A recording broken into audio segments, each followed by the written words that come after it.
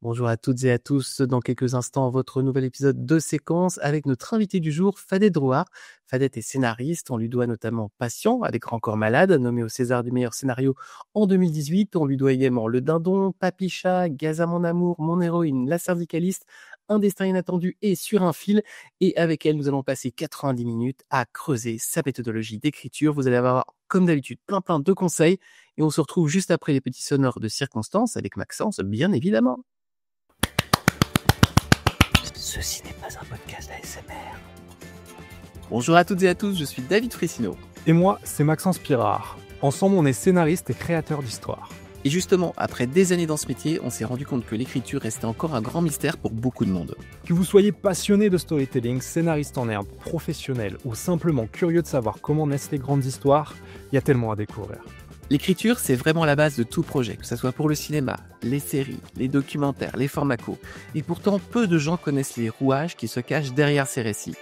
C'est ce qu'on explore avec Séquence, notre podcast qui plonge au cœur de la création d'histoires. Tous les 15 jours, on reçoit des réalisateurs, des scénaristes, des producteurs, des diffuseurs pour décrypter avec eux leur parcours, leur méthodologie, leurs astuces et aussi toute la partie business étonnante de ce métier. Et ce n'est pas juste pour les scénaristes, tout le monde peut y trouver de l'inspiration, que vous soyez auteur, créatif ou simplement fan d'histoires bien racontées. Et si vous aimez ce qu'on fait, une chose à faire, nous soutenir pour nous permettre de produire de nouvelles émissions plus régulièrement. Rendez-vous sur Patreon ou Tipeee via les liens en description. Le podcast est disponible en audio sur Spotify, Deezer, Apple Podcasts et en vidéo sur YouTube. Alors abonnez-vous, activez la cloche, mettez-nous 5 étoiles et relayez nos formats courts sur les réseaux sociaux. J'ai plus de 20 scénaristes sous contrat. Henri, c'est François. Écoute, je te rappelle au sujet de notre scénario. C'est ça qu'on appelle un flashback? Nous sommes au regret de devoir vous annoncer que votre manuscrit n'a pas été retenu par notre comité de lecture. On ne peut plus se payer le luxe d'investir dans des choses aussi superflues qu'un scénario. Tu sais bien que je lis jamais les scénarios. Je vais lui faire une offre qu'il ne pourra pas refuser. Quand il s'agit de faire un film, les rêves ne suffisent pas. Je crée pour vivre.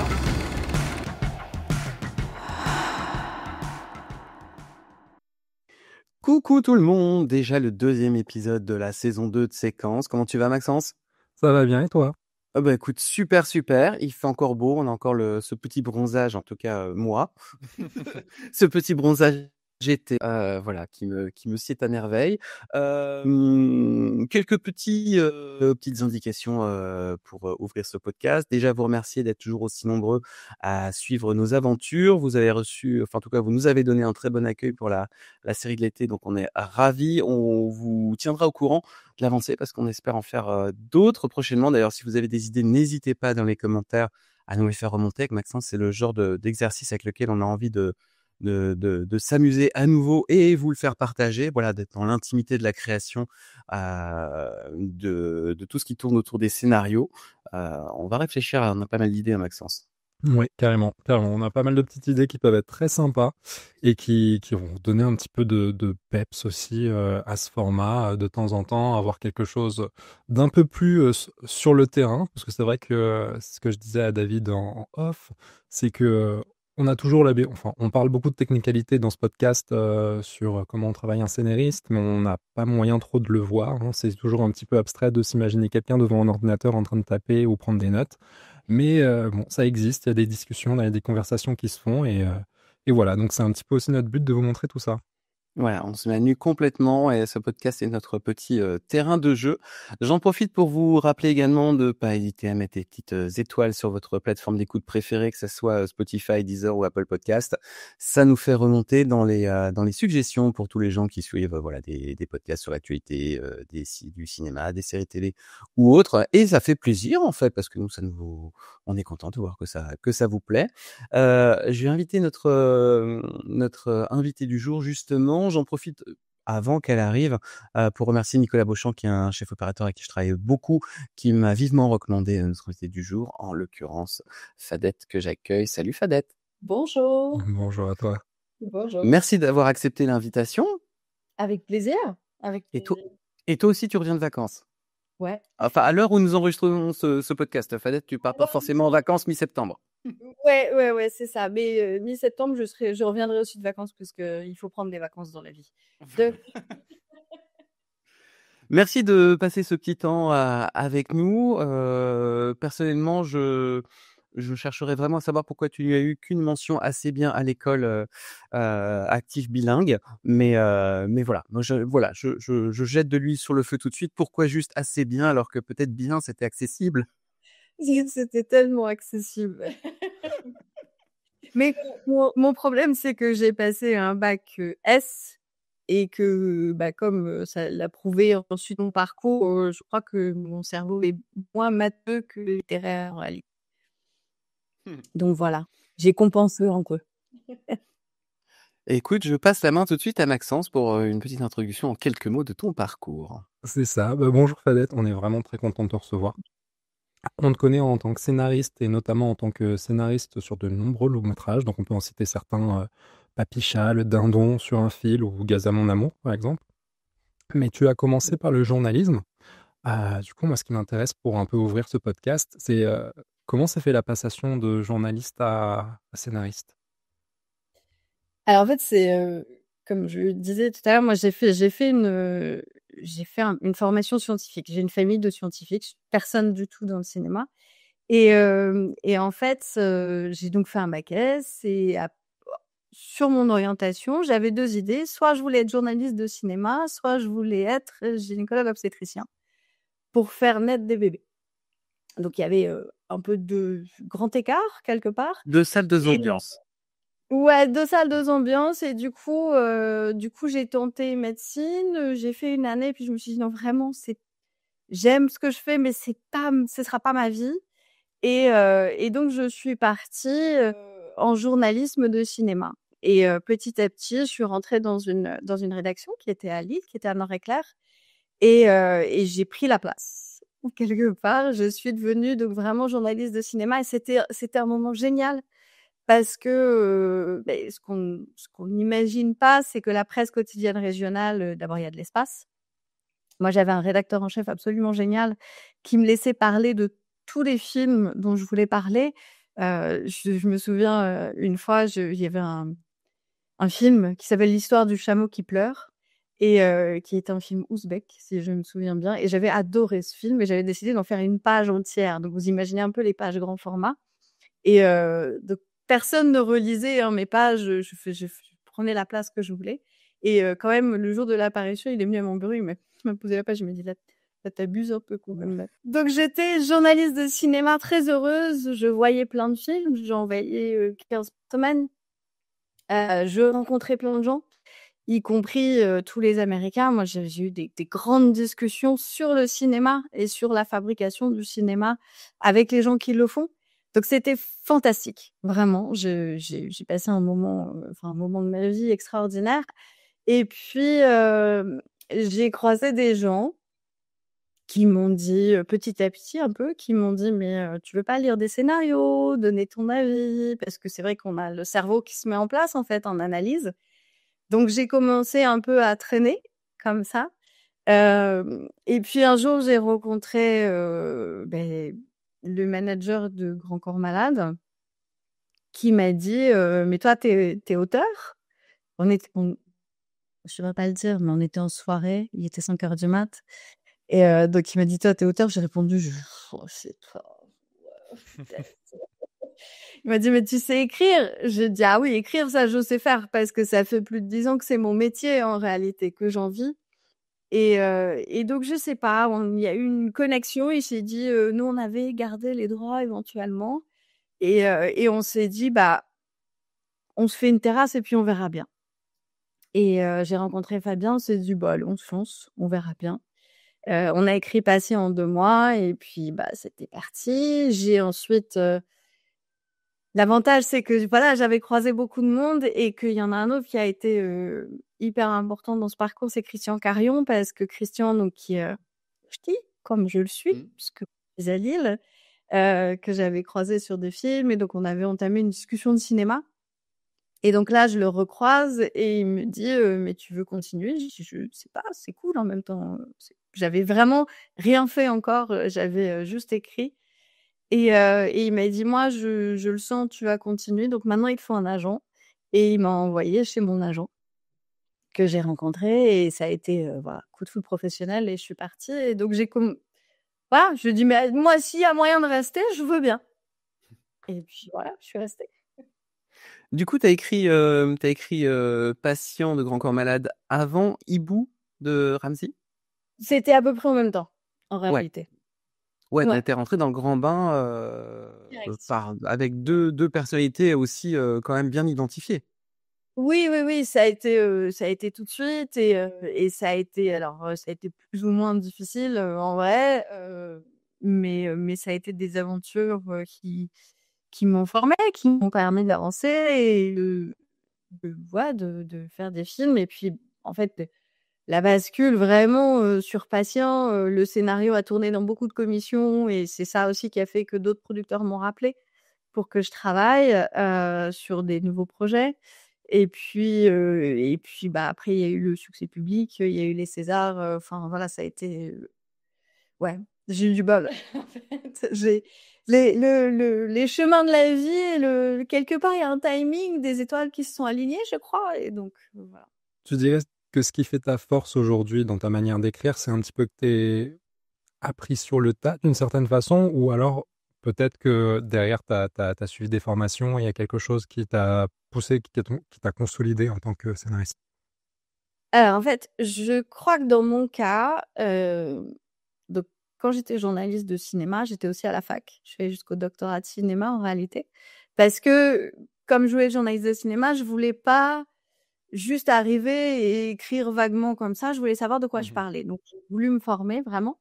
Et donc comme j'ai voulu me former, j'ai fait la fac de cinéma où j'ai appris beaucoup de choses, où j'ai appris l'analyse, où j'avais des profs qui venaient, d'univers très différents, qui avaient des envies très différentes. Il y en a qui bossaient sur le son, sur le sous-texte, sur la psychanalyse. Enfin, vraiment, ça m'a permis d'avancer là-dessus.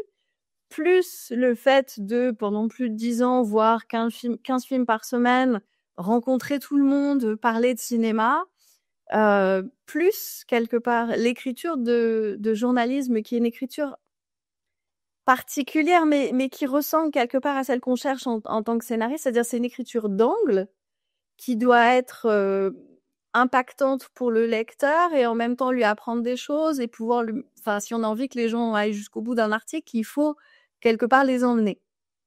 Et je pense que ces trois choses-là m'ont permis d'avancer et du coup de aujourd'hui avoir, oui, quelque chose qui marche à peu près et qui est une force dans mes constructions de scénario. C'est pas un titre de gloire de pas avoir fait de formation spécifique scénario, c'est une chose qui est passée comme ça, en fait. Et que je pense que oui, de fait, l'analyse de films que j'ai faite à la fac et que j'ai faite en journaliste, quelque part, ça m'a permis de comprendre les mécanismes, de fabrication. Si je dis pas de bêtises, Patient était déjà un roman à la base. Patient, en fait, c'était un roman, mais c'était un journal de bord que Fabien avait écrit à la première personne du singulier. Et quand je l'ai rencontré, en fait, moi, je l'avais lu à sa sortie, j'avais trouvé ça assez remarquable parce qu'on va pas se mentir, le gars écrit bien. Ouais. Et donc, quand j'ai rencontré Fabien autour du bouquin et de son éventuelle envie d'une adaptation, je lui ai dit, alors je te préviens 2 choses, c'est que moi, pardon, mais je déteste les voix off au cinéma. J'aime pas ça. Je trouve que c'est souvent une solution de facilité, que c'est rarement une vraie plus-value et en plus et après je lui ai dit, j'étais quand même gonflée à l'époque, mais bon, pourquoi pas. Je lui ai dit: «Mais et puis je te préviens, moi, le parcours d'un jeune homme pour devenir grand corps malade, ça m'intéresse pas. Donc on va faire du cinéma». Et c'est sur ces bases-là qu'on s'est retrouvés avec Fabien et qu'on s'est dit: «Allez, lançons-nous», en fait. Mais il a fallu, pendant les 3 premières semaines de nos discussions, je passais mon temps à lui dire: «Mais c'est pas toi». C'est-à-dire que tout de suite, j'ai mis un prénom sur le personnage et tout de suite, je lui ai dit: «Mais c'est pas toi». Donc quand il me disait: «Oui, mais moi, mes parents», je dis: «Ah mais je m'en fous, en fait, là, les parents du personnage». Et il y a une petite déconstruction à faire. De toute façon, c'est aussi le principe, enfin, voilà, je sais maintenant un peu d'expérience. Quand on fait une adaptation, on a besoin de déconstruire beaucoup de choses en réalité. Comment va se passer justement les sessions de travail avec Fabien et quelle est la méthodologie que vous mettez en place en sachant que toi, c'est ta première écriture, que lui, on le connaît bien évidemment sous les textes et chansons de Grand Corps Malade. Mais comment vous vous organisez tous les 2 avec cette première étape? Est-ce que vous êtes accompagnés par un producteur? Est-ce que vous êtes vraiment lâchés dans la nature? Alors on était lâchés dans la nature, on était à 2, plus exactement, pas dans la nature, mais dans la cave de ses bureaux de production. Parce que, son producteur, nous avait promis qu'il aurait aménagé la cave pour quand on démarrait, le travail et c'était pas du tout le cas. Donc on était de fait à 2 au sous-sol dans une pièce aveugle, hem, sur sur laquelle il y avait je crois que ça devait être un ancien restaurant, ça devait être la cuisine, donc il y avait des espèces de vieux carreaux de faïence et des sacs de plâtre un peu partout à terre. Sympa. Et ouais, et l'assistante de prod, Caroline, nous avait ramené une petite table et un petit chauffage un peu tournant. Donc voilà, donc on était, à 2 sur la petite table avec nos doudounes et mon petit ordinateur et ce qu'on a fait tout de suite, c'est qu'on s'est dit: «OK, qu'est-ce qu'on veut raconter?» On savait qu'on voulait raconter plusieurs parcours en réalité.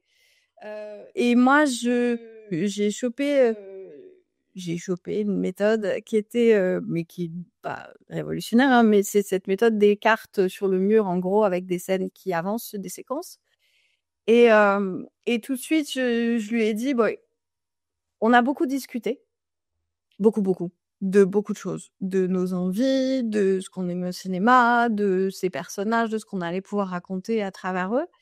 Et une fois qu'on a eu une espèce de ligne claire un peu entre nos 2 esprits, on s'est dit: «Bah, posons les choses» et posons les choses, ça a été moi j'ai posé tout de suite 5 saisons, en réalité. Donc vraiment sur le mur, on a posé des petites cartes et 5 rangées de cartes, avec 5 saisons, donc printemps, début, accident, été, automne, hiver et reprintemps. À chaque début de saison, je me suis dit: «Bon, il nous faut un marqueur». Et le marqueur de saison, bah, c'était, monsieur Hamlaoui, ce monsieur qui est au bord de l'entrée, donc on voit, changer d'habit, en réalité. Donc il est plus ou moins couvert. Et puis, petit à petit, je me suis dit, alors je ne sais pas pourquoi, je pense que c'est des choses que j'avais quelque part aussi, parce que moi écrire, c'est quelque chose de naturel, je crois. Et donc je dis: «Beh, on le parcours de Ben, ça va être de passer de là à là, là, là, là» et puis après on a intercalé des cartes avec le parcours des autres, en réalité. Et donc vraiment poser les marqueurs, poser ensuite les arches de chacun. Ce que je fais toujours aujourd'hui, hein, quand je travaille, quand je commence un boulot, c'est prendre les parcours de chacun et des personnages et ensuite voir où est-ce qu'ils se croisent et où est-ce qu'ils se croisent pas. Et en faisant ça, on s'est trouvé avec, je sais pas, on avait une quarantaine de cartes sur le mur et puis on s'est dit: «Bon, bah, maintenant notre structure, ça a l'air de tenir à peu près, allons-y».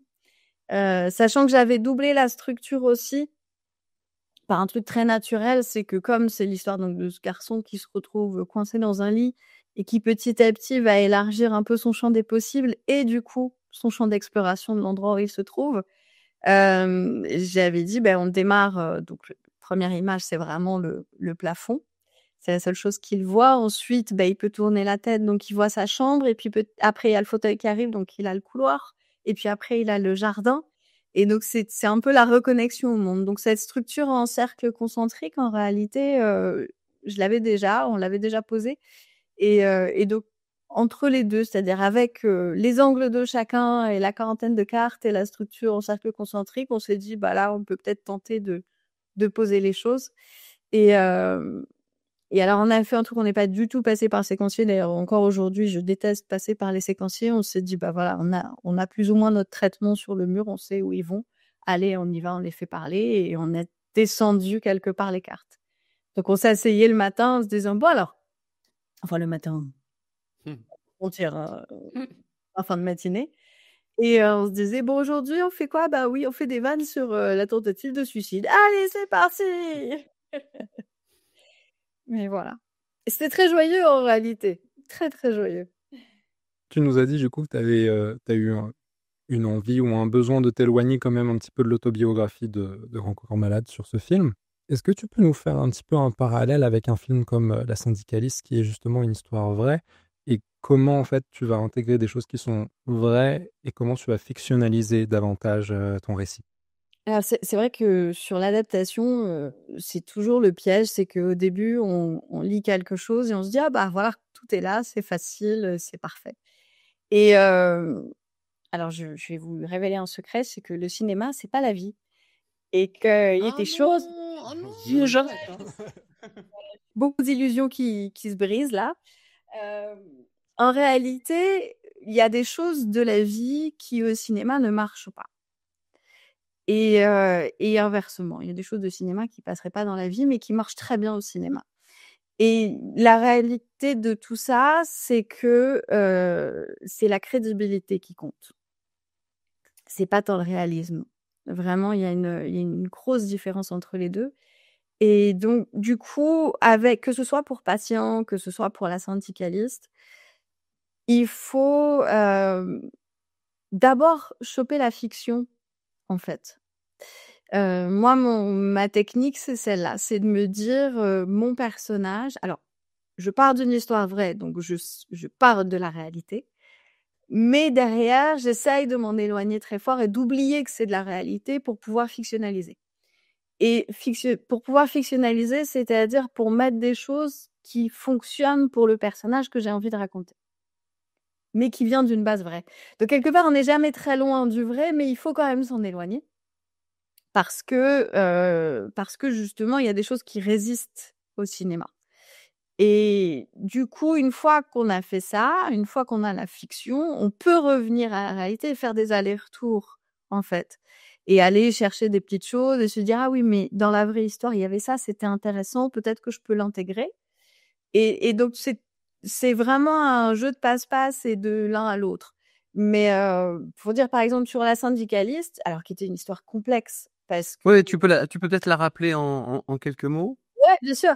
La Syndicaliste, c'est donc l'histoire de Maureen Kearney qui était, syndicaliste de très haut niveau chez Areva et qui, donc grande entreprise du nucléaire français et qui s'est retrouvée, parce qu'elle était, dans les bureaux d'Areva et à très haut niveau, s'est retrouvée avec, comment dire? Des informations sur un contrat qui, serait signé entre EDF et les entreprises et le gouvernement chinois et qui transmettrait, aux Chinois tout le savoir-faire nucléaire français, qui n'appartenait pas à EDF, mais à Areva à l'époque, parce que c'était 2 entités très séparées. Mmh. Contrat qui avait été, qui était dans les tuyaux depuis, des années. C'est-à-dire qu'on croise dans La Syndicaliste beaucoup d'histoires de politique, mais de fait, cette histoire, elle est sur 5-6 ans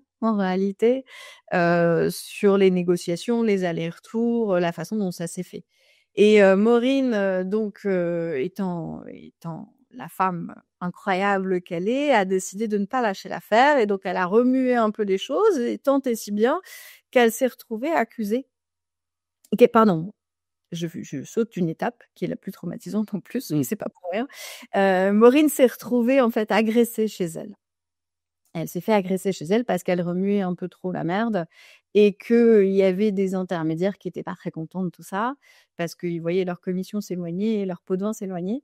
Et en fait, de cette agression est née une accusation. Maureen, en 5 jours, 5 jours, elle est passée du statut de victime au statut d'accusée.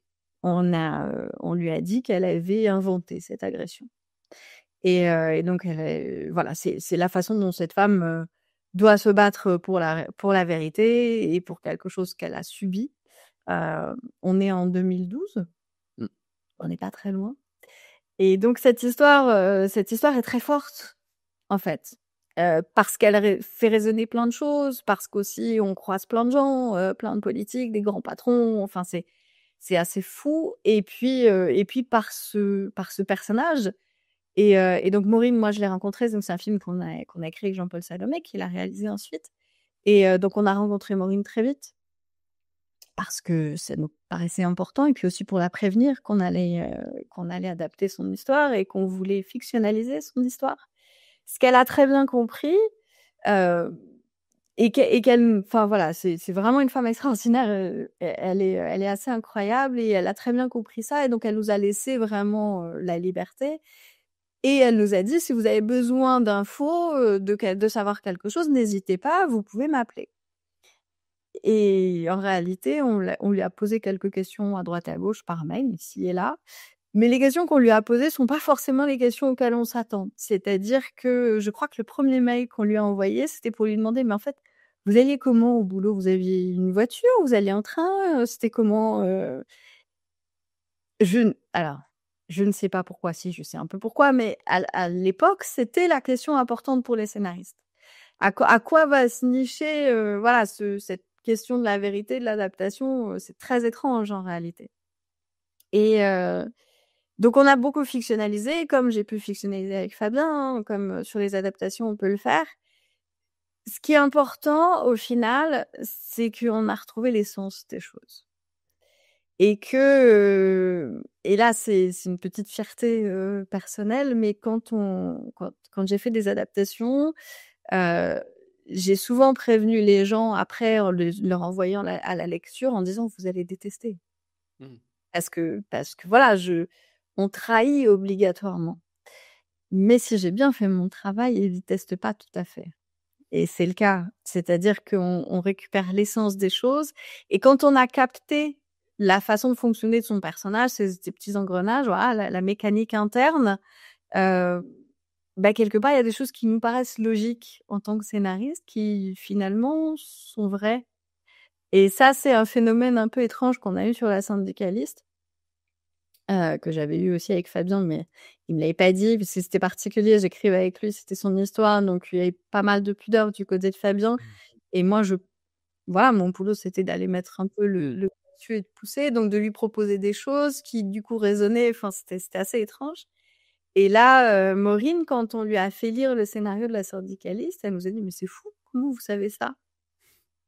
On a dit: «Bah, c'est le personnage, Maureen, c'est normal». Et en fait, je pense que voilà, on avait réussi à capter l'essence du personnage.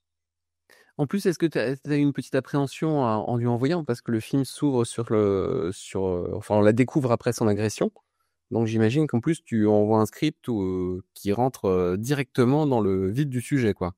Ouais, c'est difficile effectivement. La Syndicaliste était très particulier sur ce niveau-là parce qu'effectivement, on raconte quelque chose de particulièrement dur et là encore, le bonheur de ce film-là et des interactions avec Maureen, c'est qu'ensuite elle nous a remerciés. C'est-à-dire qu'elle nous a dit bon, on c'était 2012, hein, le film date, d'il y a 3 ans, enfin on lui a fait lire il y a 3 ans, donc ça, elle avait pris le temps aussi, elle s'était reconstruite, heureusement pour elle, mais elle nous a dit que le film lui avait permis, en fait, une espèce de prise de conscience de comment les gens la voyaient, comment les gens pouvaient regarder ces événements aussi différemment et lui permettre à elle aussi de passer un cap. Donc elle nous a remerciés après, bon, on l'a remerciée évidemment Mmh. et mais c'est vrai qu'il y a toujours, une petite part et d'autant plus quand c'est quelqu'un qu'on admire, mais on a réussi, avec Jean-Paul au début et au moment où il fallait à effectivement s'éloigner, à se dire: «Non mais c'est pas Maureen, enfin, c'est Maureen mais c'est pas Maureen». C'est-à-dire qu'on a besoin de la traiter comme un personnage, en fait. Comment ce projet, il vient dans tes mains? D'où naît l'idée d'aller adapter cette histoire? Alors La Syndicaliste, c'est très particulier, en fait, donc Jean-Paul Salomé, qui est très actif sur Twitter, enfin X maintenant, a lu un tweet de la journaliste qui a signé l'enquête, de journalisme pour le Nouvel Obs et qui en a fait un bouquin qui s'appelle Caroline Michel Aguirre et Caroline, a publié ce livre qui s'appelait La Syndicaliste. Jean-Paul a trouvé ça intéressant, il s'est dit: «Ah bah, je vais aller voir» et donc il a pris les je crois qu'il a contacté l'éditeur pour les épreuves, je crois, à l'époque et donc il s'est mis à lire et il en a discuté avec des gens autour de lui en disant: «Ah, je voudrais adapter ça, je sais pas trop, comment le faire, avec qui?» Et en fait, il a croisé un ami commun qui s'appelle Stéphane Fuenkinos, qui est donc le frère de David Fuenkinos, avec qui ils font des films. Stéphane est directeur de casting et c'est un ami que j'avais croisé dans ma vie de journaliste et qui lui a dit appelle Fadette. Et voilà. Et donc Jean-Paul m'a effectivement appelé. On s'est vu, on s'est parlé. Moi, j'ai lu le livre d'une traite parce que cette histoire est folle. Et je lui ai dit, quand je l'ai rencontré, je lui ai dit, écoutez, si c'est pas avec moi, dans tous les cas, racontez-la cette histoire. Parce qu'elle est nécessaire, elle est importante et il faut le faire. Et alors je sais pas si c'est ça qu'il a décidé ou pas, mais dans tous les cas, à la fin du rendez-vous, il me dit: «Mais non, on y va!» Quelle est la limite que tu te donnes, toi, sur la partie fictionnalisation? Un terme très compliqué que je ne maîtrise absolument pas. Justement du script, c'est-à-dire, est-ce qu'il y a un moment où vous avez émergé avec toi et Jean-Paul, des idées, vous avez dit: «Non, là, ça va trop loin, ça bifurque trop de la réalité» et on revient, ou vous êtes vraiment autorisé ce que vous aviez vraiment envie de faire? Non, on s'autorise ce qui est cohérent pour le personnage. En fait, la syndicaliste, on n'a pas eu ce problème de on va trop loin dans la fiction parce qu'on savait ce qu'on voulait raconter sur le personnage, donc on s'est pas posé cette question. Puis le réel allait déjà assez loin, finalement. Le réel va déjà trop loin. Justement, en fait, c'est ça le problème qu'on a eu sur la syndicaliste, c'était le problème inverse. C'est-à-dire que quand je disais tout à l'heure que ce qui est réaliste n'est pas forcément crédible, c'est que là, particulièrement, il y avait des choses qui ne marchaient pas. Sur notre première version, on s'est trituré le cerveau, on peut le dire, parce que c'était compliqué, que c'était une histoire avec beaucoup de fils à tirer et qu'il y avait des pistes partout. On a sorti une version où, voilà, on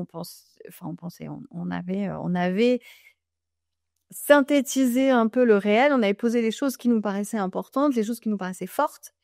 Et quand notre producteur Bertrand Fell nous a lu, il nous a dit: «Non, mais alors en fait, il y a 2-3 trucs, là, vous êtes allés trop loin».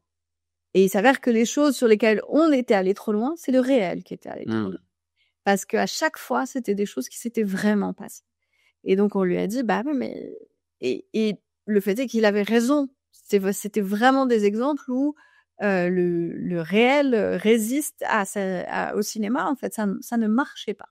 Donc on a dû plutôt aller dans ce sens-là. Du coup, comment tu choisis les projets que tu vas développer en opposition avec les projets qu'on va te proposer? Est-ce que tu en mets certains en priorité? Est-ce que c'est vraiment parce que tu as une histoire qui va te parler davantage? Ou est-ce que c'est plus une question d'opportunité? Alors moi, j'ai le luxe et la méga chance aujourd'hui qu'effectivement on me propose des choses très différentes, et souvent. Ça, c'est vraiment, je le mesure tous les jours, je le mesure. Comme, voilà, vous avez cité quelques films, quand on a commencé cet entretien et comme j'ai des possibilités un peu différentes, les gens viennent me chercher sur des choses différentes. C'est-à-dire qu'il y a des gens qui ont vu Papy Chat, qui viennent me chercher pour des choses qui leur font penser à Papy Chat. Il y a des gens qui ont vu, Passion, qui viennent me chercher pour ça. La syndicaliste, c'est un thriller politique, donc c'est pareil, ça vient aussi de la marge. Gaza mon amour, n'en parlons pas, est complètement à part. Donc j'ai la chance aujourd'hui qu'on me propose des choses très différentes. En général, le premier filtre, c'est: est-ce que je me vois raconter cette histoire? Est-ce que cette histoire m'intéresse? Est-ce que j'ai une accroche? Vraiment, pour le coup, très subjective et très personnelle. L'étape d'après, c'est de rencontrer les gens parce que quand on rencontre quelqu'un pour un début d'écriture, on part sur, au mieux 1 an et demi, 2 ans. Si c'est un peu plus long et le temps du cinéma est quand même très particulier, pour 7-8 ans. Voilà, alors avec plus ou moins d'énergie et plus ou moins d'intensité selon les moments, mais quand même il faut voilà, moi je suis très consciente de la chance que j'ai et de la chance qu'on me propose des choses. Je peux pas y aller à 20 en fait. Si je vais dans un projet, j'y vais à 200 et puis c'est réglé. Et donc la question c'est: est-ce que j'ai le temps?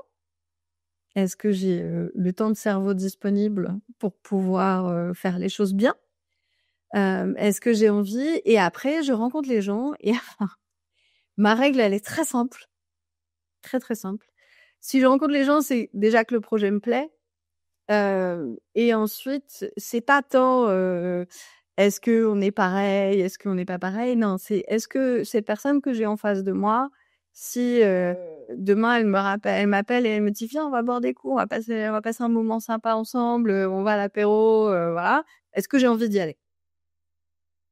C'est la seule règle. Parce que ça va être dur, on va se tordre la tête, on va se prendre des murs ensemble et la seule chose que je peux vraiment, me garantir, c'est que j'aurai quand même envie de faire tout ça avec cette personne-là et c'est difficile de savoir, dès le début, qu'on va pouvoir y arriver, qu'on va trouver des solutions.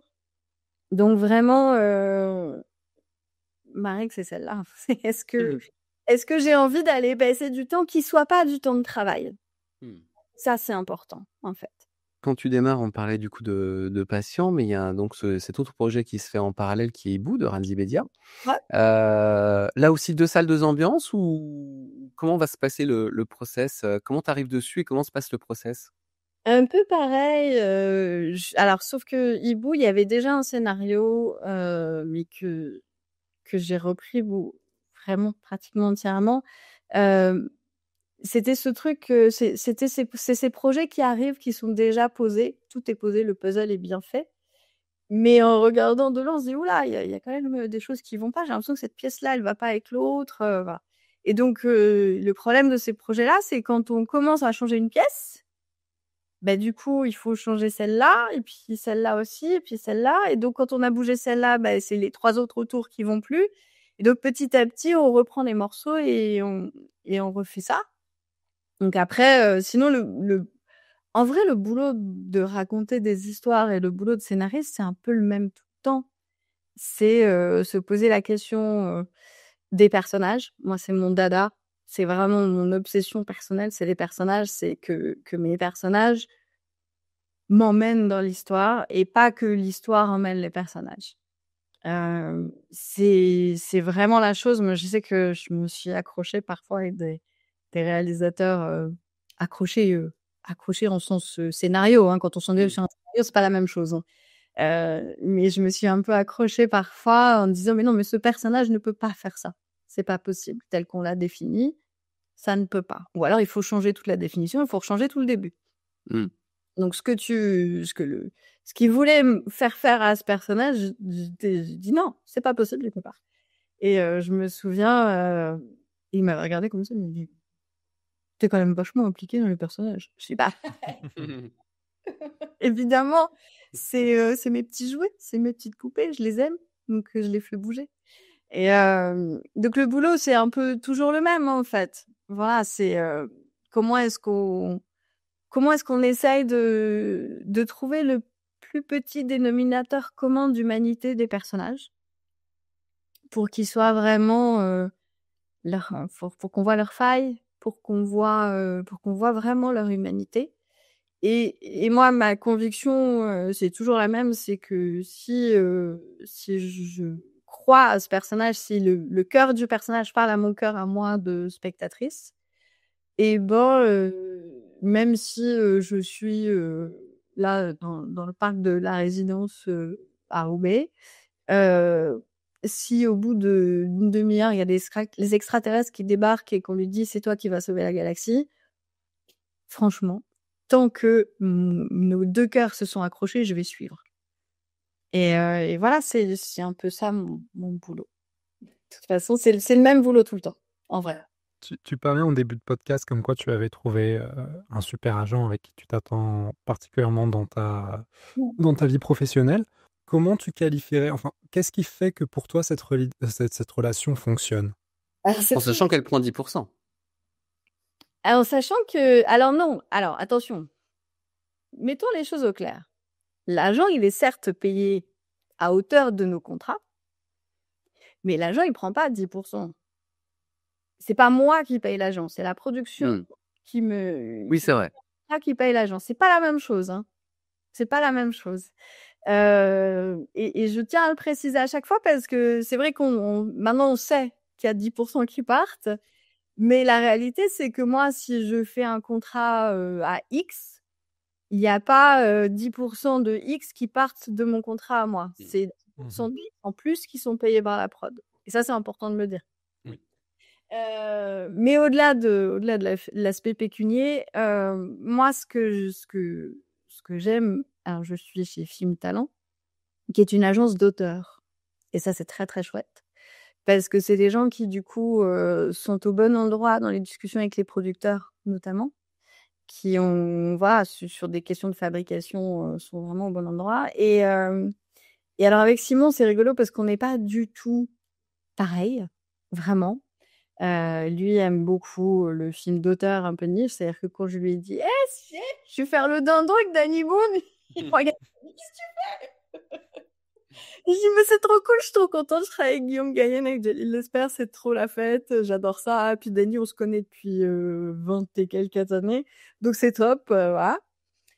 Donc effectivement, c'est assez étrange parce que parfois je fais des trucs, mais en même temps, quand il me lit, parce qu'il me lit, ça c'est important, j'ai un agent qui me lit.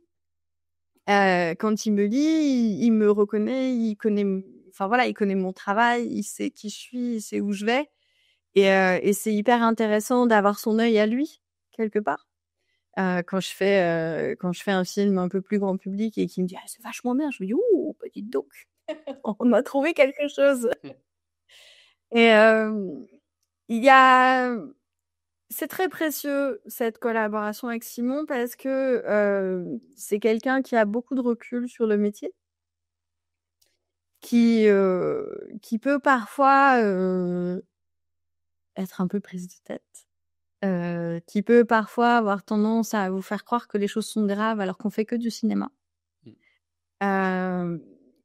Et l'avantage de ça, c'est que quand je suis un peu perdue, je peux appeler Simon et dire « voilà, qu'est-ce qui se passe ?» Et au-delà de ça, il a une vision globale du métier aussi, de ce qui se fait, de où ça va, il voit le film. Donc, il me permet aussi, c'est vraiment une équipe qui me permet de naviguer un peu les choses de cet ordre-là. Et ouais, non, c'est chouette. Puis en plus, on peut se raconter des vannes, c'est marrant.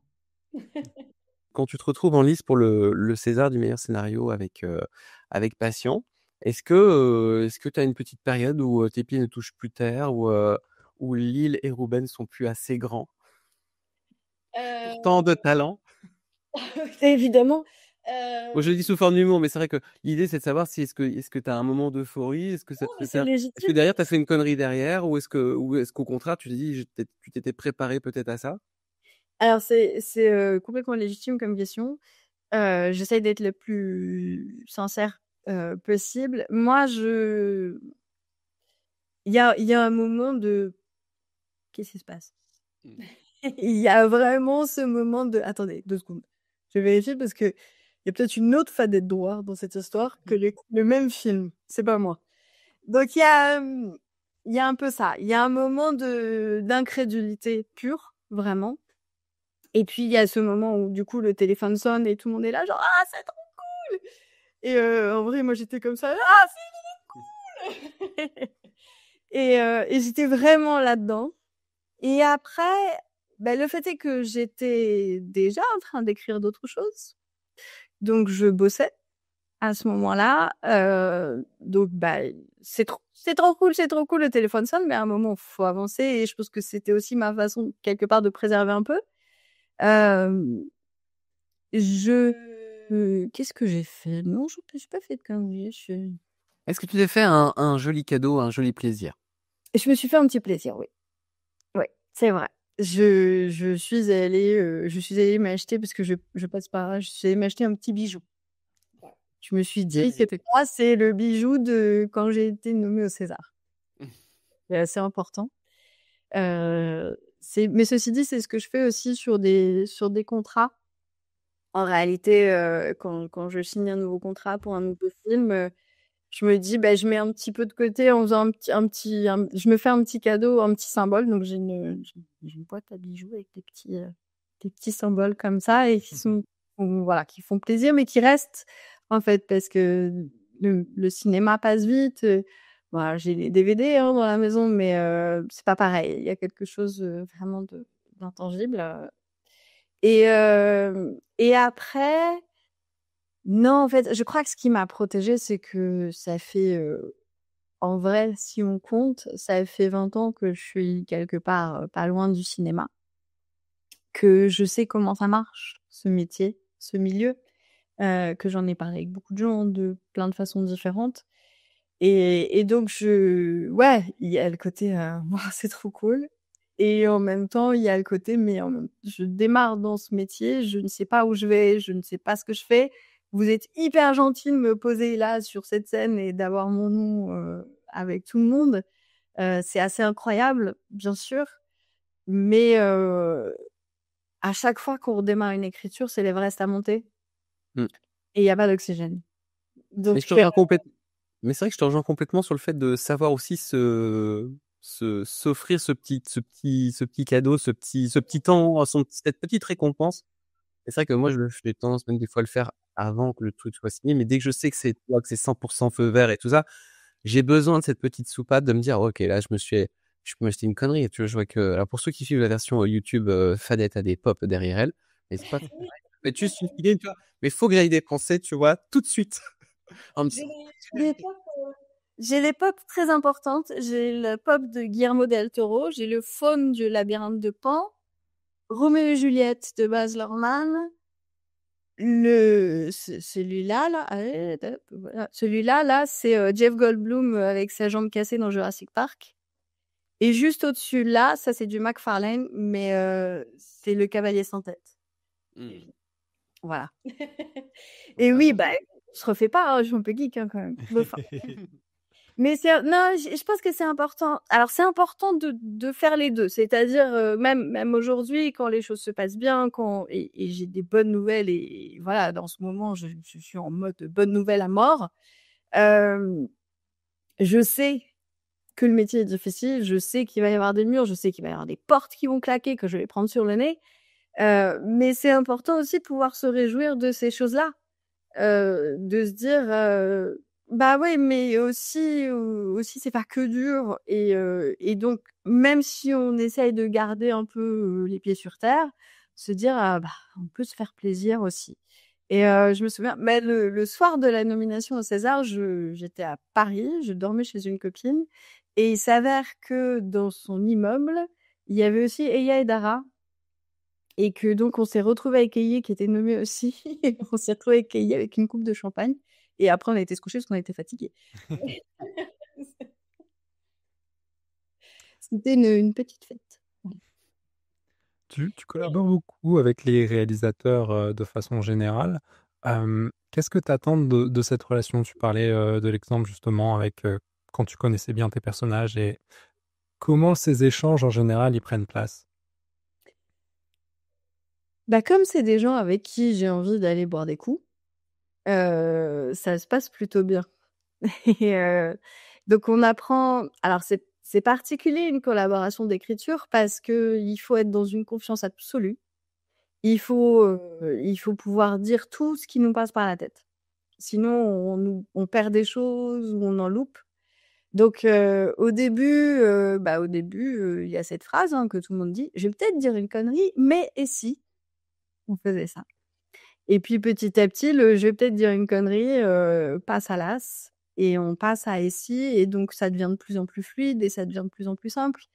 Après la règle, c'est moi quand je travaille avec des réalisateurs pour leurs films, je suis à leur service. Donc évidemment qu'il y a beaucoup de moi dans les films que j'ai coécrits parce qu'on écrit avec ce qu'on est et que quelque part, au final, le film est un genre de gloubi-boulga d'influence de la mienne, de celui du réal et puis après de celle de toute l'équipe. C'est un sport collectif, le cinéma. Donc il y a beaucoup de choses qui passent. On met forcément de soi là-dedans, mais c'est vrai que sur des choses où globalement, par exemple, des choix qui n'auront pas enfin comment dire, qui pourraient des choix. Si j'ai face à moi 2 choix très valables pour un film, celui qui va trancher au final, c'est le réal ou la réalisatrice. Ça peut pas être moi parce que c'est pas mon film. Que si c'était moi, je le ferais peut-être autrement, mais dans ce cas-là, il suffit que je le fasse. Et donc c'est vrai que j'essaye de me mettre vraiment au service tout en mettant de moi. Donc c'est un exercice un peu difficile, c'est un équilibre à trouver. Mais j'ai la chance de travailler avec des gens intelligents et des gens que j'aime, et puis on se respecte chacun avec ce qu'on apporte. Donc c'est très chouette, c'est très joyeux. On se prend la tête et on se prend la tête sur des choses vraiment. On se dit mais pourquoi et pourquoi et pourquoi. Et puis on rigole beaucoup. Et parce que moi je suis pas là pour me faire mal en fait. J'ai la chance de raconter des histoires au cinéma. Je me dis, on va pas le faire en pleurant quand même, hein. Ça serait vraiment dommage. Donc on sort des choses, on essaye d'aller loin dans les personnages, de se dire des choses importantes. Mais quelque part, on est là tous les 2 pour faire le même film. Et donc pour pousser le film le plus loin possible. Donc Tu disais que ce qu'on a senti sur cette première partie d'entretien, c'est que tu as cette collaboration souvent avec le réalisateur. Est-ce qu'il y a des projets que tu portes aussi toute seule, où tu te confrontes avec toc toc toc, bonjour monsieur le producteur, voici mon idée, voici mon pitch, voici mon dossier sur 2-3 pages? Ouais. Ouais. Je l'ai fait. C'est pas ce que je préfère. Travailler tout seul, il y a des moments où on en a besoin. Bon, moi j'ai fait mon petit bureau, voilà, avec mes petits trucs, je suis bien. Mais au bout d'un moment, c'est chiant. Mon chat me répond très peu. Donc voilà, j'ai quand même besoin d'interaction humaine à un moment, et je suis pas ChatGPT, donc voilà, je préfère avoir un vrai co-scénariste. Il y a toujours ces moments où on a besoin de tester les choses, où on a besoin de dire les choses pour que ça revienne quelque part en ping-pong, même si c'est juste un miroir, mais on a besoin de ça pour avancer. Parce que ce qu'on va écrire en scénario, c'est la 6 ou 7e idée. Mais pour arriver à la 6 ou 7e idée, il faut en avoir posé 5 avant. Et pour les poser, il faut qu'elles puissent rebondir quelque part. Donc quand on le fait tout seul, je trouve qu'on va moins loin, et on va moins vite. Et puis en plus, on peut pas raconter des vannes, donc c'est un peu con. Donc je préfère... Les chats n'ont pas trop d'humour non plus. Non, vraiment trop peu. À part les croquettes, il y a vraiment pas grand-chose qui m'intéresse. Pour les câlins quand même, mais bon, faut pas déconner. Les chats, les meilleurs amis des auteurs, sauf quand ils se couchent sur les claviers, hein, on est d'accord? C'est ça. Donc, il y a des projets que je fais toute seule, mais voilà, là, je travaille actuellement sur mon premier film en tant que réalisatrice. Ouh. Voilà, qui part en financement et en casting. Et donc on m'a dit, j'ai fait ce travail-là au début de poser un petit dossier d'une dizaine de pages avec une note d'intention, un synopsis long, ce que je voulais vraiment, le film que j'avais en tête. Je suis allée voir des producteurs. Alors l'avantage que j'ai aujourd'hui, c'est que, et là encore, je sais que c'est un luxe, Oui, c'est un parcours qui parle bien, donc. Et en fait, les gens ils décrochent leur téléphone et puis ils lisent surtout. C'est cool. Et j'ai trouvé mon producteur, qui a trouvé un coproducteur. Enfin voilà, je suis très bien accompagnée. Et quand ils m'ont dit, bon évidemment t'écris toute seule, je dis ah non surtout pas. Non. Ah oui, là t'as été prendre un co-scénariste du coup. Ouais, je suis allée chercher un co-scénariste. Alors qui est la Fadette de Fadette? Et je travaille avec Victor Saint-Macary. Et c'est un bonheur absolu. Parce qu'il a un cerveau de scénariste en face. Il a lui aussi ce truc où parfois il me dit non, là, c'est toi qui décides, c'est ton film. Et en même temps, il me laisse pas me cacher derrière mon petit doigt. Il pousse les choses et on est pas du tout pareil, mais très complémentaires. Et puis on s'aime bien, puis on rigole bien. Donc c'est un vrai bonheur de bosser avec lui et je lui ai dit qu'on allait en faire plein. Pour toi, tu dirais du coup que c'est primordial d'être l'auteur de ta réalisation, ou alors c'est quelque chose que par le futur, tu te vois bien séparer, être juste réalisatrice d'un projet de quelqu'un d'autre? Alors, c'est une très bonne question et j'ai pas de réponse. Moi, je m'étais jamais dit que j'écrirais du cinéma. Je ne m'étais jamais dit que je serais réalisatrice. C'est quelque part un peu toujours venu des autres qui ont perçu des choses en moi en me disant bah si, évidemment. Et comme mon syndrome de l'imposteur quelque part m'empêche de me dire moi-même, je me dis bon bah je vais leur faire confiance, ils ont l'air de savoir ce qu'ils disent. Donc je ne sais pas actuellement. Alors je sais pourquoi je fais cette histoire-là. Cette histoire-là, je la fais moi parce que je voulais pas laisser cette histoire, ces personnages, ce qui se passe à quelqu'un d'autre. C'était vraiment, je sais pas pourquoi je le sentais, mais je sentais que c'était moi. Vraiment, celle-là, c'était moi qui devais la faire. Donc j'ai la chance qu'on m'a dit oui, tu peux y aller. Et moi, c'est un truc très français de vouloir être auteur absolument de sa réalisation.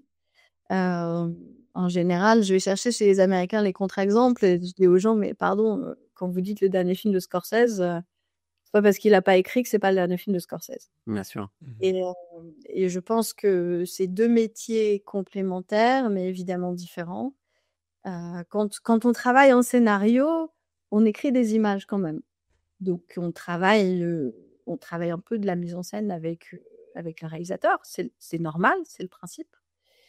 Mais c'est une base sur laquelle lui, il pourra avancer derrière avec l'équipe et sur le tournage. Donc, je pense que c'est une étape après. Moi, j'ai pas d'avis là-dessus, j'ai pas de religion là-dessus, je crois.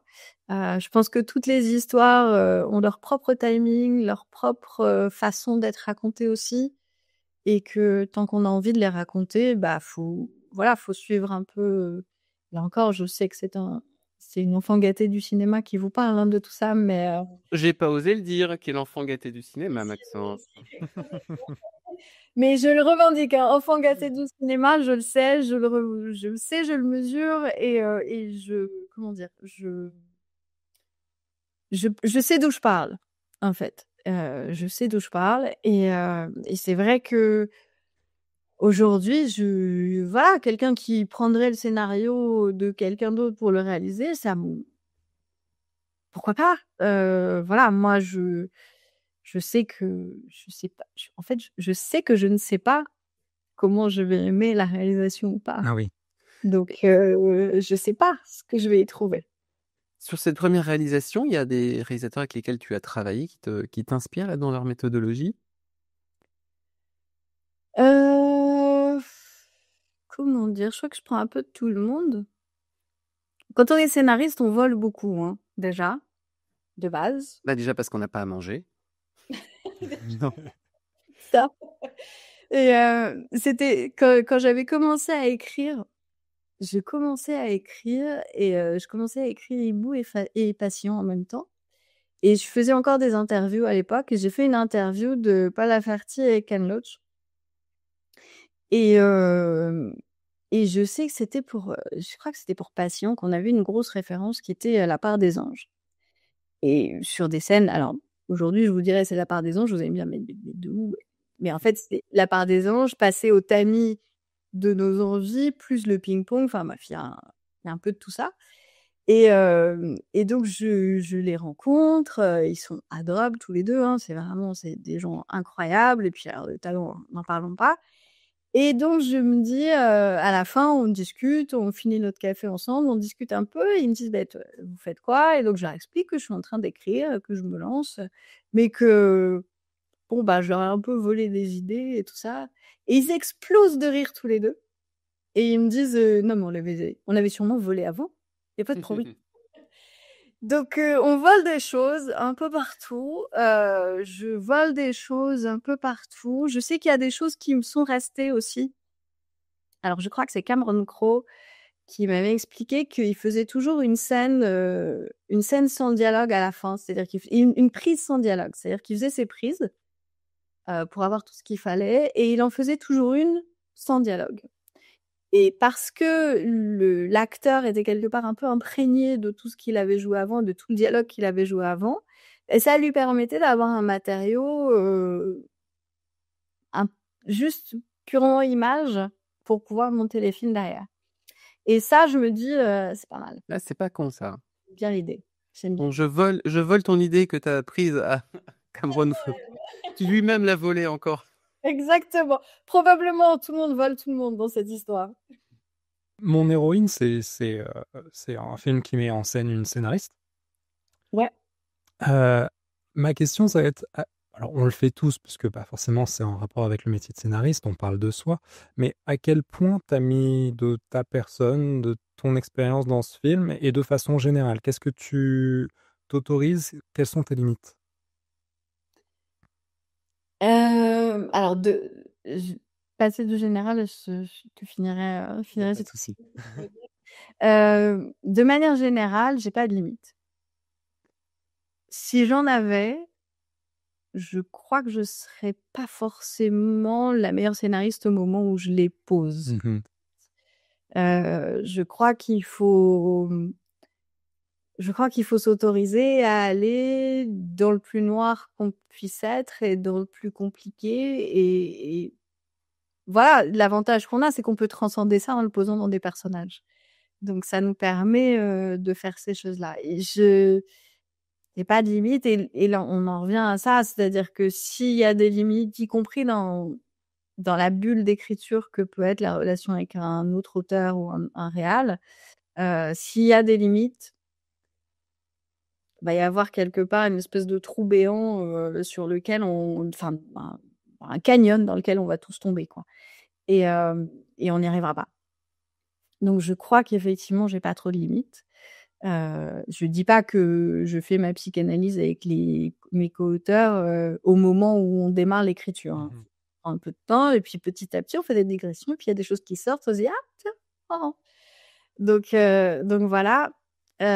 Sur mon héroïne, alors mon héroïne, c'est particulier parce que donc mon héroïne, elle raconte effectivement cette histoire d'une scénariste qui veut prouver à sa maman qu'elle peut faire du cinéma parce qu'elle va chercher Julia Roberts et c'est donc mis en scène par, Noémie Lefort et Noém, c'est une copine depuis 15 ans parce qu'elle était journaliste avant en Provence de cinéma et qu'on s'est croisés sur les mêmes choses et qu'ensuite elle s'est mise à faire du cinéma et que voilà, on s'est retrouvés sur mon héroïne. Donc je crois qu'on a mis beaucoup de nous et beaucoup de nos mamans. Mais par petites touches, quelque part.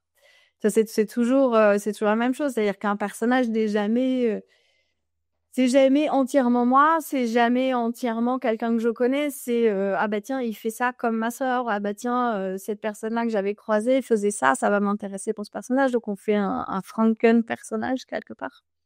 Et donc on met tout dedans. C'est bien aussi. Tu as fait beaucoup de cinéma, mais cette incursion en télé avec Un destin inattendu, Ouais. tu avais une appréhension à passer en télé? Alors c'est un peu particulier Un destin. En fait, Un destin était un film de cinéma à la base quand on l'a écrit avec Sonia. On devait faire du ciné et puis on s'est tapé le Covid dans la tronche et en fait, on a un producteur qui nous a dit: «Bon, en fait, pourquoi vous allez pas en télé?» et Sonia comme moi, on n'a pas de snobisme là-dessus, donc on s'est dit: «Bah ouais, bonne idée, allons-y». Et donc on s'est retrouvés effectivement, après quelques pérégrinations chez France Télévisions où on m'a dit: «Bah, il est super le scénar». J'ai un conseiller de programme incroyable, François Iter, que j'aime d'amour, qui a une sensibilité absolue et François, il m'a dit: «Le scénario est super, hein, franchement, c'est top, il y a 2-3 trucs». Enfin bref, on a fait 2-3 petites modifs. Puis après, on m'a dit: «Mais en fait, c'est 21 jours». Et je dis: «Ah! Ouais, c'est pas mal».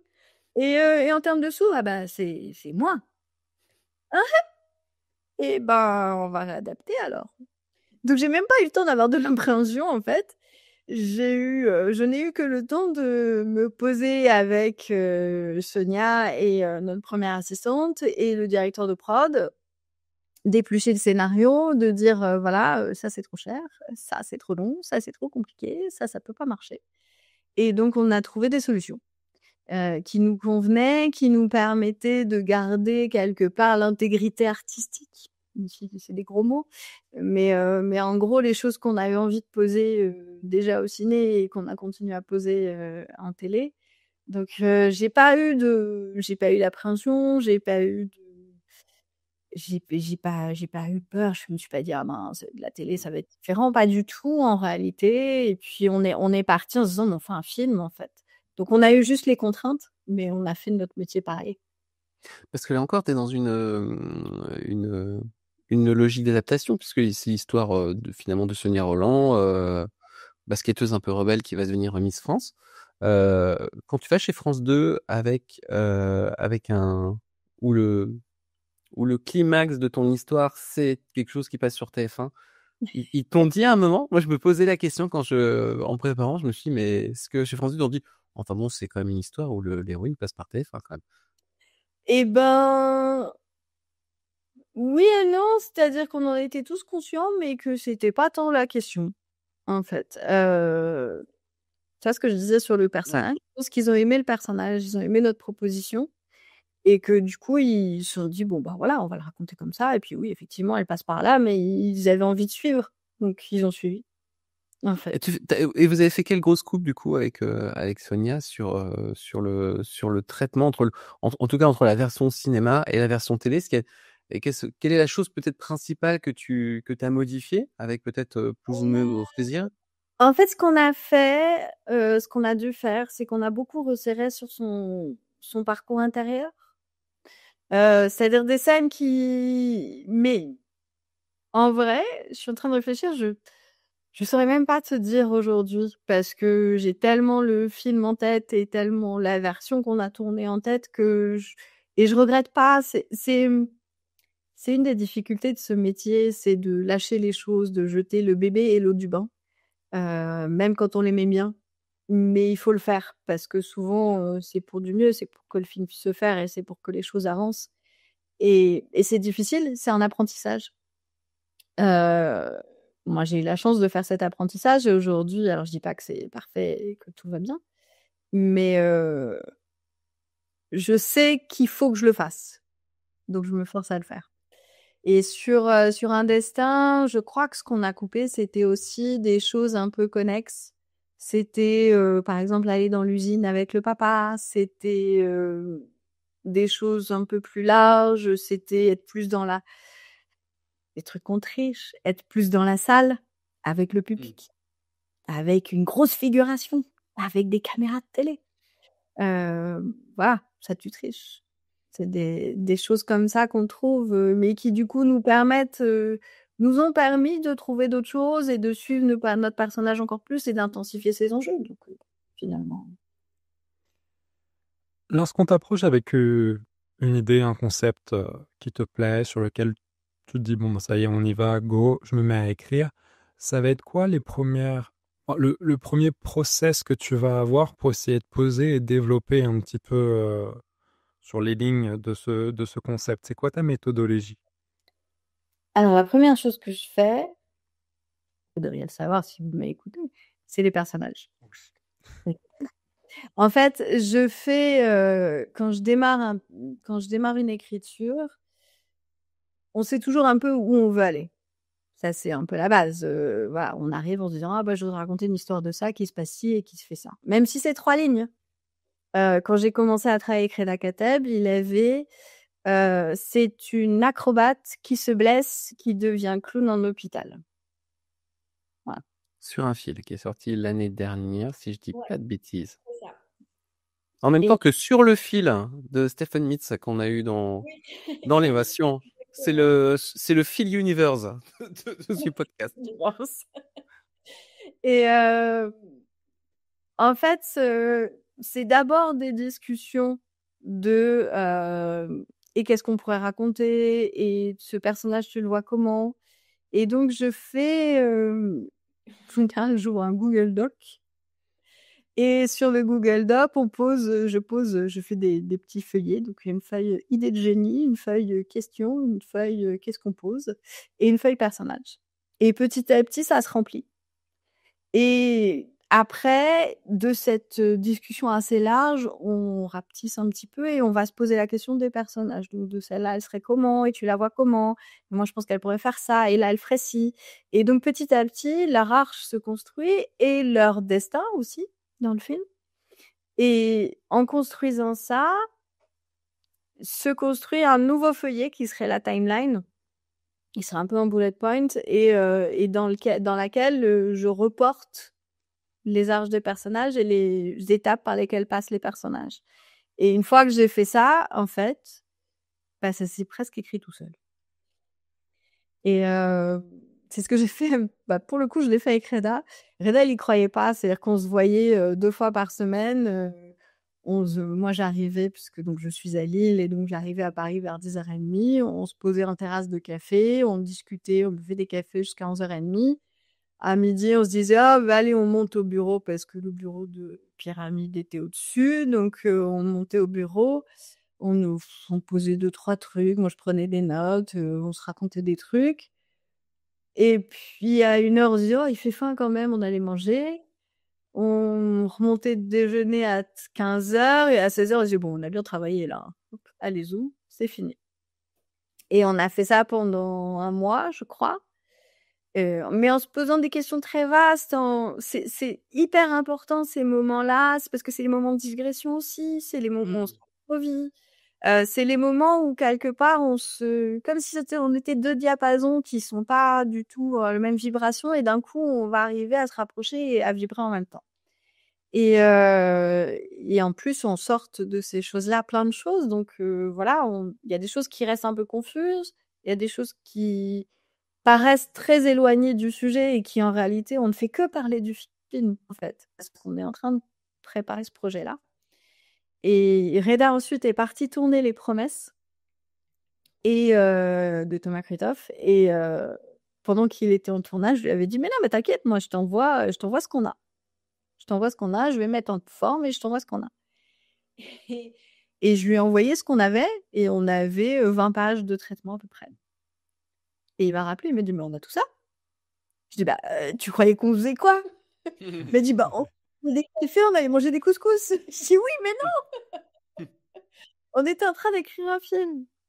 Et c'est vrai que c'est un peu magique cette façon-là. Alors après, c'est un peu magique, ça vient aussi parce que moi, j'ai la chance d'avoir un cerveau qui met les choses dans les cases quelque part tout seul. Voilà. Après, je prends des notes et on les met sur du papier à musique, et puis ça se suit. Donc mon cerveau le fait, j'en profite parce que du coup, je peux aller boire des cafés et manger des couscous et raconter des conneries. Et puis au final, on s'en sort. Et quand est-ce que tu sens que la séance de travail s'arrête? Moi, je prends l'exemple qu'on a avec Maxence. C'est-à-dire que moi, quand je suis cramé, mais je le vois d'un coup. C'est-à-dire, genre, j'ai plein d'inspi d'un coup, brum. Et souvent, je te l'ai dit, Maxence dit, là, en fait, là, je peux plus. Là, je suis complètement sec. Ben, on va pas se mentir. Personne n'est efficace plus de 3 ou 4 heures sur un projet. J'y crois pas. Victor Hugo, qui travaillait 8 heures par jour dans son bureau enfermé, il faisait des sudoku. Hein. Oh, attends, il jouait à la Game Boy. C'est sûr. C'est sûr. Oui, tu peux être dans un bureau une journée, mais le temps effectif sur lequel tu es efficace, c'est pas plus que 3 ou 4 heures.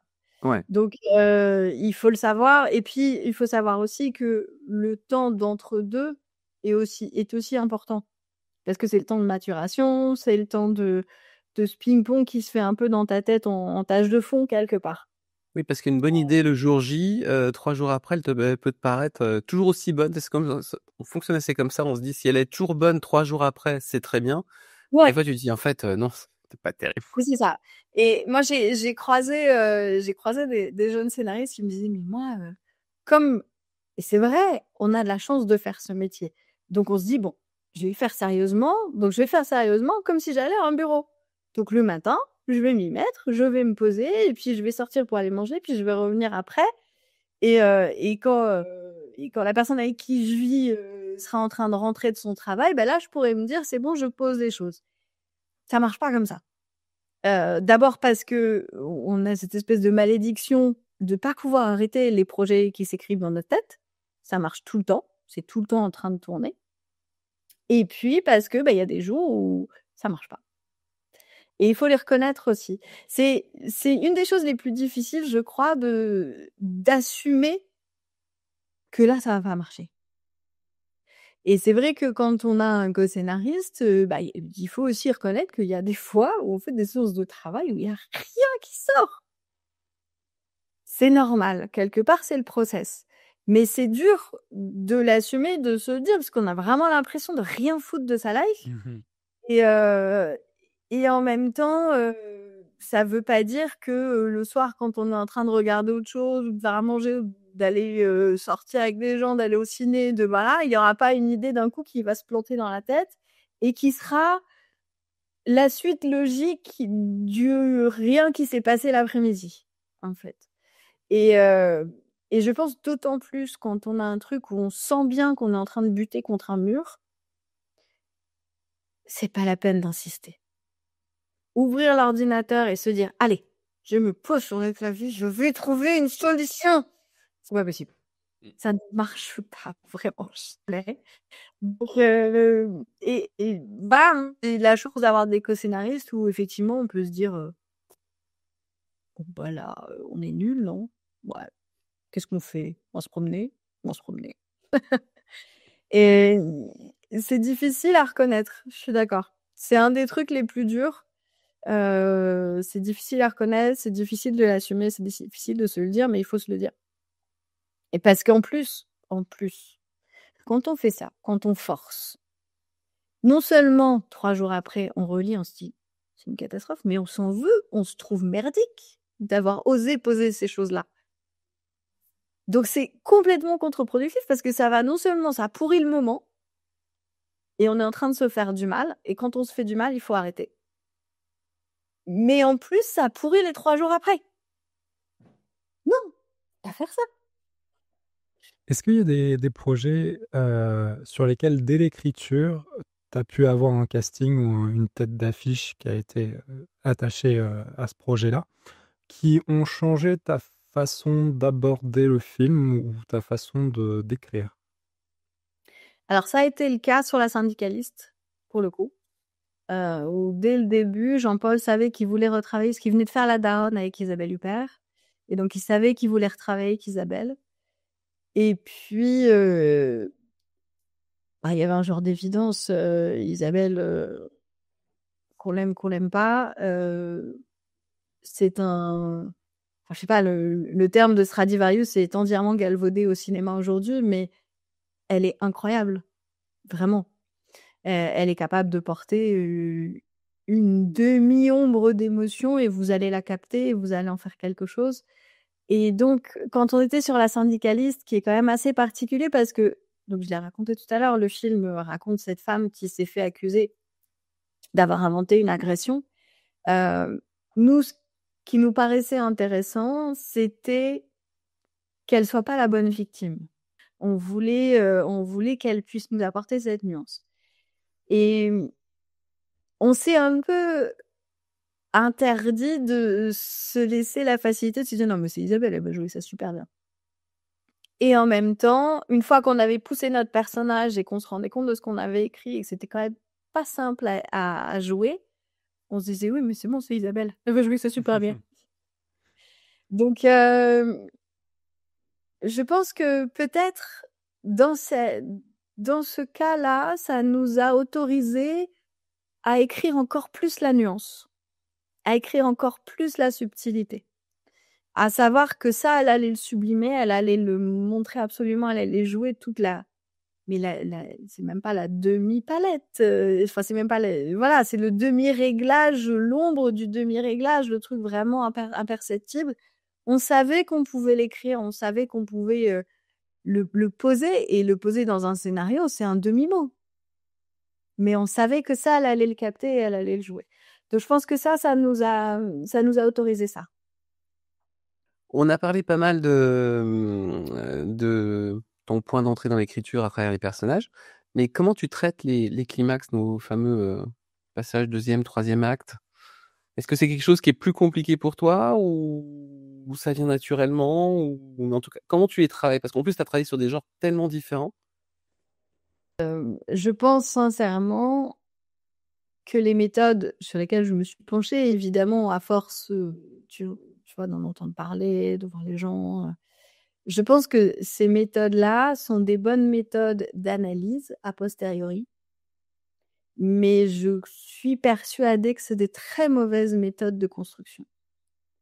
Si on utilise ces méthodes-là comme des échafaudages, on n'arrive pas à construire.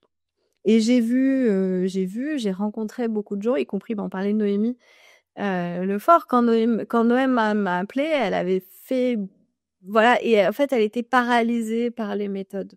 En se disant, oui, mais là, il faut un deuxième axe, un troisième, il faut que ce soit fort, il faut que ça pose, c'est important, le bad guys closing, le machin et tout. Et je voyais qu'elle était paralysée. Et donc, je lui ai dit, la première chose qu'on va faire, c'est oublier tout ça. Et on va se poser juste la question de quelle histoire on raconte. On sait raconter des histoires tous, depuis qu'on est petit. Et que depuis qu'on est petit, on prend 2 crayons et on leur fait raconter des histoires. « Salut, comment ça va ? Ben moi ça va, et toi ça va ? Oh oui, ça va super bien. » Ça, on le fait depuis tout bébé. On a lu des histoires, on a vu des films. On a intégré tous la façon de raconter des histoires.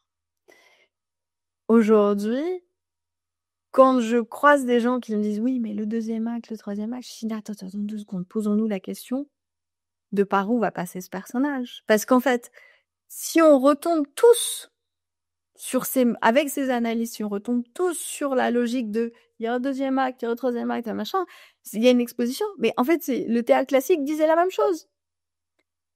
Le théâtre classique, les contes, tout le monde raconte des histoires de la même façon depuis la nuit des temps parce que c'est comme ça que ça nous vient naturellement. Donc, quelque part, je me pose jamais la question de « Ah oui, mais il faut absolument passer par là, et puis là, ça doit être très haut, et puis après, ça doit descendre très bas. » Parce qu'en réalité, si on suit l'inclination naturelle des personnages, on corre à peu près la même chose. Mais tu vois, par exemple, on parlait tout à l'heure de la structure de Passion. Dans la structure de Passion, elle est en 4 lignes. Elle n'est pas en 3 actes, en fait. Et j'essaye, et je sais que je le fais. Je me pose pas cette question-là quand j'écris. C'est ma façon à moi, hein. Encore une fois, c'est pas une parole d'évangile et chacun trouve bien comme il veut. S'il y avait une façon miracle d'y arriver, je vous la partagerais volontiers et on ferait tous que ça et ce serait vachement plus simple la vie. Mais c'est pas le cas. Mais je reste persuadée que ces méthodes-là sont des très bonnes méthodes d'analyse pour si un jour au moins on se retrouve bloqué. Mais qu'en termes d'échafaudage, ça marche pas. J'ai été terrifiée une fois. J'ai dirigé pendant quelque temps une résidence d'écriture qui était le Ciné Comedy Lab. Et j'ai eu une jeune résidente qui est arrivée. Elle avait un logiciel d'écriture qui avait intégré un truc, je crois que c'était la méthode Save the Cat. Et qui donc, au fur et à mesure où elle écrivait, si elle avait genre page 10, il y avait un pop-up qui disait « Maintenant, il faut ça, maintenant, il faut ça ». Je dis « Ah, mais non, c'est pas possible, je ne peux pas y arriver. On peut pas y arriver. » Il faut se poser. Chaque histoire a son timing, chaque personnage a son timing, chaque personnage a sa façon d'évoluer. Après, c'est des réglages, c'est effectivement d'être en équilibre, de mettre des failles, Au final, on arrive sur des structures qui se ressemblent. Mais il y a autant d'exceptions qu'il y a de règles. Tu as pu t'essayer à plein de genres et de types d'histoires différents.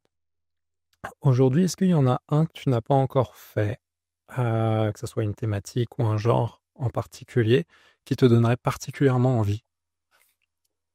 C'est marrant parce que j'avoue que je réfléchis pas trop comme ça. Je réfléchis vraiment en termes d'histoire, de ce que j'ai envie de raconter, Si, je crois que j'aimerais bien, mais ça tient parce que j'ai des petites nièces qui, à chaque fois qu'elles voient une affiche d'un film qui leur fait bien envie, me disent « C'est toi qui l'as fait celui-là ?» Je dis « Non. » Je crois que j'aimerais faire un vrai beau film pour enfants. Voilà. Et encore, je dis film pour enfants. Dans ma tête, c'est autant Pixar que les studios Ghibli, et c'est pas vraiment des films pour enfants en fait. Mais C'est accessible aux enfants. ouais, j'aimerais faire ça. On va se diriger tout doucement vers la fin du podcast, donc on va se laisser une dernière petite question à tour de rôle, Maxence, si tu nous l'accordes, Fadette. Ben, avec plaisir. Sur ton parcours, tu as beaucoup de films qui sont sortis au cinéma, tu as eu des grands succès, il y a eu des films qui ont moins bien marché. Est-ce que aujourd'hui, toi qui passes aussi en réalisation, qui a rencontré beaucoup de gens par rapport à ton ex-vie de critique, est-ce que tu analyses le succès ou le non-succès des films au cinéma? Est-ce que tu as des indicateurs maintenant où tu dis oh attention là c'est warning, ça va un peu dans le rouge, ou alors tu dis il y a un truc, je sens là il y a des bonnes décisions qui sont prises, parce que on le rappellera jamais assez, mais comme tu le dis, c'est pas un métier solitaire en fait, puisque tu vas avoir le réalisateur, la production, les diffuseurs, les attachés de presse, le distributeur, les ciné, enfin il y a énormément de choses qui rentrent en compte. La réponse courte, c'est non.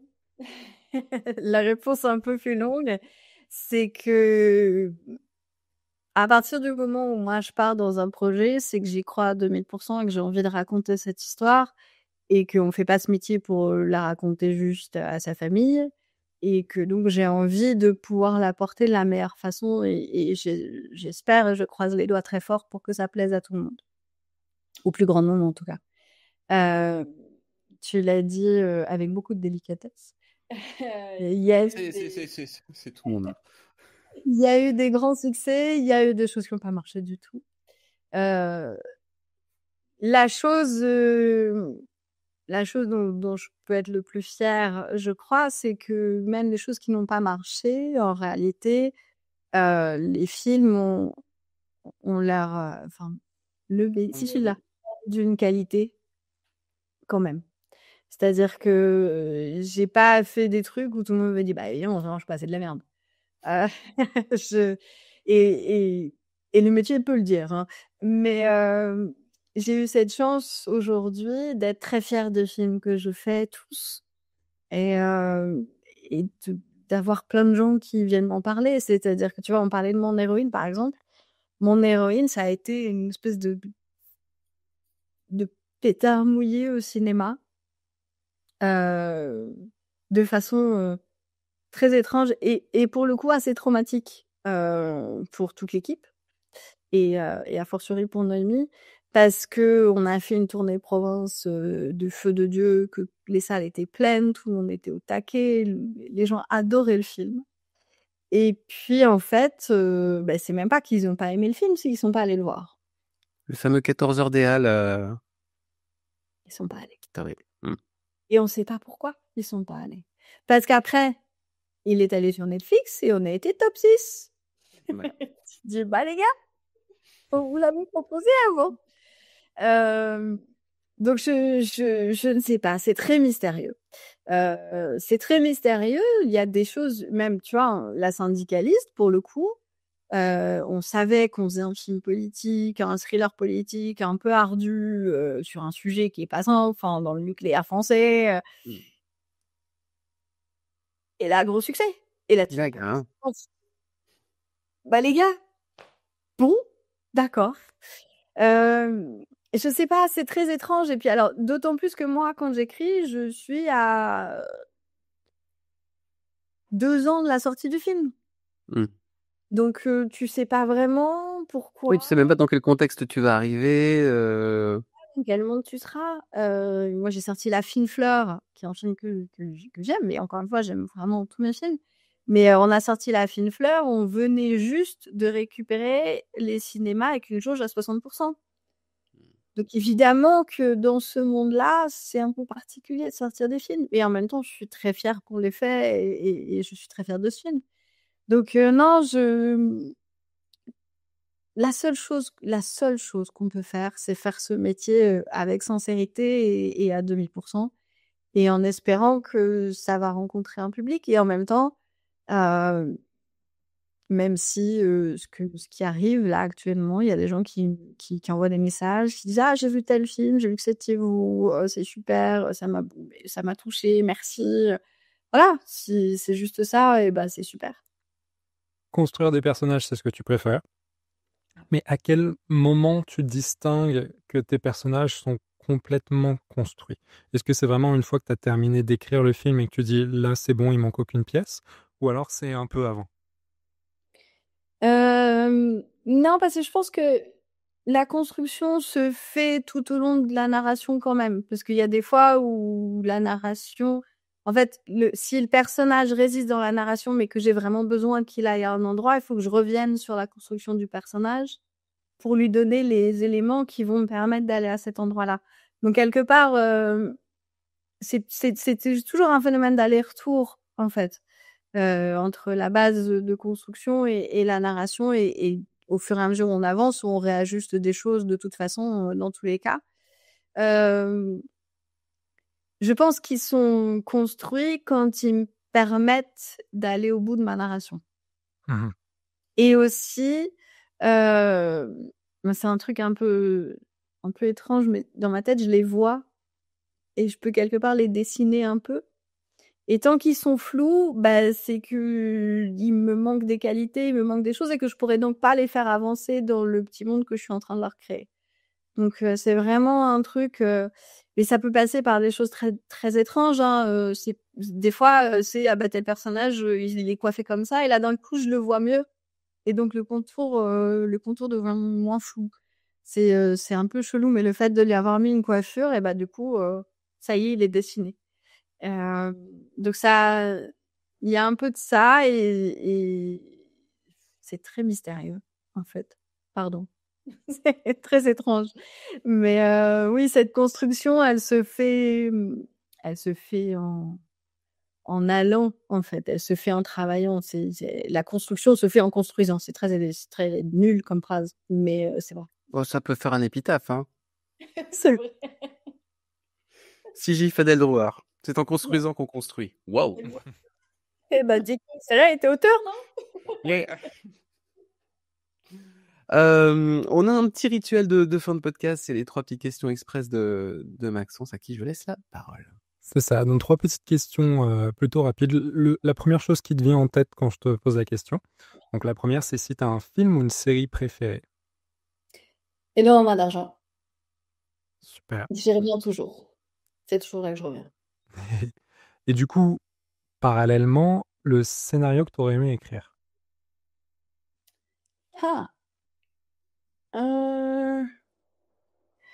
Je crois que j'aurais aimé être capable d'écrire quelque chose comme Shutter Island, que je trouve en écriture parfaite.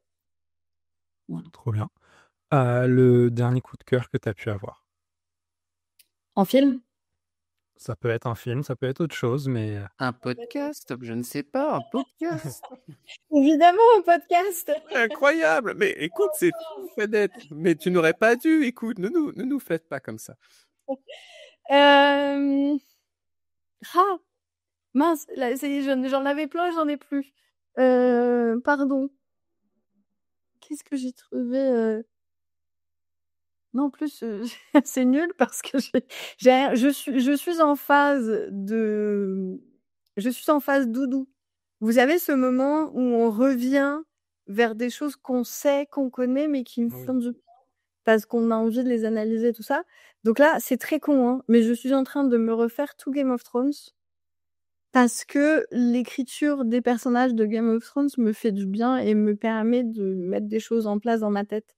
Donc voilà, c'est nul. C'est pas du tout un coup de cœur, pardon. Ça marche quand même. Mais si, attends, j'ai un vrai coup de cœur.